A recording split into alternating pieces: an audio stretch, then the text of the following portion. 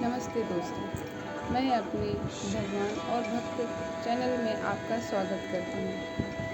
और बताइए आप सब कैसे हैं? उम्मीद करते हैं अच्छे ही होंगे। भगवान सबकी रक्षा करें।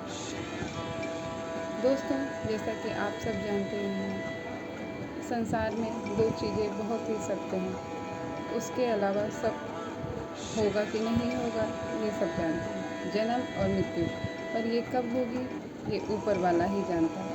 पर सोचिए, अगर जिस मनुष्य को उसकी मृत्यु का पता चल जाए कि हाँ मैं कब ख़त्म होऊंगा, तो उसके लिए शायद एक एक पल जीना मुश्किल हो जाता है।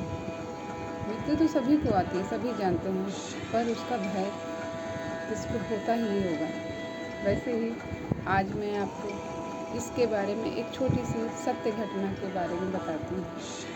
आप पांडवों को तो जानते ही होंगे। महाभारत में पांडवों, जब महाभारत के युद्ध के बाद पांडवों को जो उनके पुत्र अभिमन्यु की मृत्यु के बाद उनकी पत्नी से जो राजा बेटा पैदा हुआ, उसका नाम राजा परीक्षित था। वो उनके आखिरी वंशज थे। उसके बाद परीक्षित को कुछ समय बाद किसी सांप के द्वारा मारे जाने की खबर पता चलती है। वो इसकी वजह से काफ़ी परेशान रहते हैं। काफ़ी ऋषि मुनियों से जब वो अब बारे में पूछते हैं कि इसका कोई उपाय है, तो ये बात तो सत्य थी कि मृत्यु को टाला नहीं जा सकता है। तो उन्होंने श्रीमद् भगवद गीता सुनी और भगवत का अनुसरण किया। ऋषि मुनि सूत जी ने उनको सारी बातें भगवत के बारे में समझाई। पर जब कुछ दिन ही रह गए थे, तो जब सूत जी उनको समझा रहे थे भगवत प्राप्ति और भगवान ज्ञान के विषय में बता रहे थे, तो वो सूत जी को लगा कि राजा परीक्षित अभी भी कुछ परेशान है। तो उन्होंने उन्हें एक छोटी सी कथा बताई। उन्होंने कहा, सुनो राजन, मैं तुम्हें एक छोटी सी कथा सुनाता हूँ।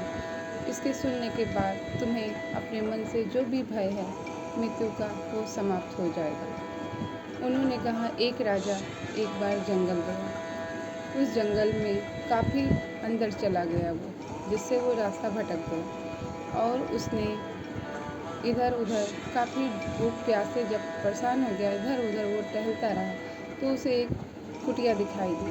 उसने कहा, चलो ठीक है, रात भर टिकने का ठिकाना तो मैं यहाँ पा ही लूँगा। वहाँ अंदर गया तो उसने देखा एक वृद्ध व्यक्ति वहाँ पर, जो हड्डियों को जैसा ही था, वहाँ पर लेटा हुआ है। उसने इधर राजा ने देखा कि कुछ तरफ जीव जंतु के मांस के टुकड़े लटके हुए हैं, दूसरी तरफ उसने शौचालय जैसा, जिसमें मल मूत्र त्याग का कुछ स्थान बना के रखा था। और उसने वहाँ बहुत दुर्गंध आ रही थी, मगर फिर भी अब क्या किया जा सकता था कि रात बहुत हो रही थी। उसने सोचा, क्यों ना इनसे रात भर के लिए यहाँ पनाह मांग ली जाए। उसने उस व्यक्ति से, जो पिंजरे जैसा था, उससे कहा। तो उसने कहा कि नहीं नहीं, मैं यहाँ रुकने नहीं दे सकता हूँ। जो भी आता है यहाँ एक रात के लिए रुकने के लिए कहता है, मगर वो हमेशा के लिए यहीं बस जाना चाहता है। तो उसने कहा, नहीं, मैं ऐसा कुछ नहीं करूँगा, मैं वचन देता हूँ और मैं यहाँ से चला जाऊँगा सुबेरा होते ही। तो ठीक है, उस व्यक्ति ने उसे वहाँ ठहरने की इजाज़त दे दी।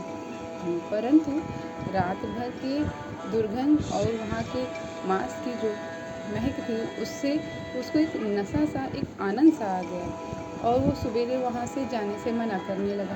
पर उस व्यक्ति से उसे काफ़ी विवाद भी हो गया, परंतु राजा नहीं माना। अब राजा सूत जी ने परीक्षित से पूछा कि तो बताओ तुम, इसमें उस राजा की क्या गलती थी?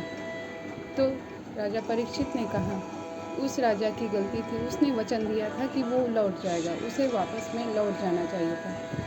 तो सूत जी बोले, क्या तुम जानते हो उस राजा का क्या नाम था? तो राजा परीक्षित ने कहा, कौन?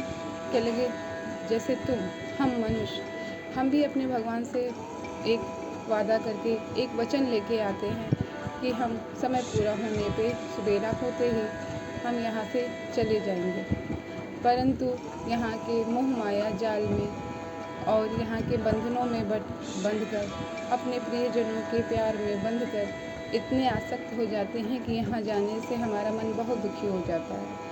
इस मल मूत्र के शरीर में जिसमें हमारा दम घुटते, हमारी आत्मा का दम घुटता है, वो यहीं बस जाना चाहती है। यही दोस्तों इस कहानी का मतलब है कि शायद सही बात है। हम मनुष्य यहाँ पर भगवान से एक वचन लेके आते हैं कि कुछ समय, अपना समय पूरा, अपना कार्य होने के बाद यहाँ से हम चले जाएंगे, परंतु यहाँ के प्यार में, बंधनों में, यहाँ की प्रकृति और अपनों को प्यार में बंध कर हम यहाँ से जाना ही नहीं चाहते और बहुत दुखी होते हैं। जबकि ये पृथ्वी लोक, ये मृत्यु लोक है, यहाँ एक नर्क का द्वार कहा जाता है। यहाँ पर वाकई में आकर हर इंसान रहना तो यहीं चाहता है, परंतु भगवान ने हमें मनुष्य को इस जन्म दिया है मनुष्य का, ताकि हम अपना उद्धार कर सकें, हम अपने आप को पहचान सकें, हमारी आत्मा को जान सकें, जो कि अपने परमानंद परमेश्वर, परमात्मा, महादेव, परमात्मा श्री कृष्ण और परमेश्वर की है। हमारा अंश उन्हीं से है और हमें उनके पास ही लौट जाना चाहिए। जो कि यहाँ के लोग जितना हम उनसे और वो हमसे प्यार करते हैं, वो परमेश्वर कहीं 1000 गुना उससे ज़्यादा हमें प्यार करता है। हमारे भगवान हमको वापस बुलाना चाहते हैं हमारा काम ख़त्म होने के बाद।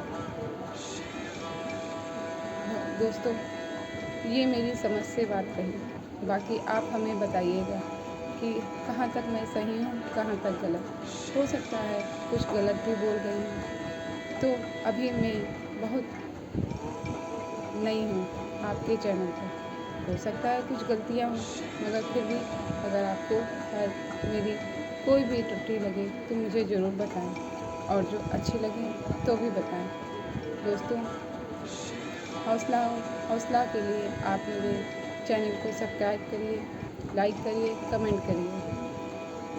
आपका दिन शुभ हो। नमस्कार।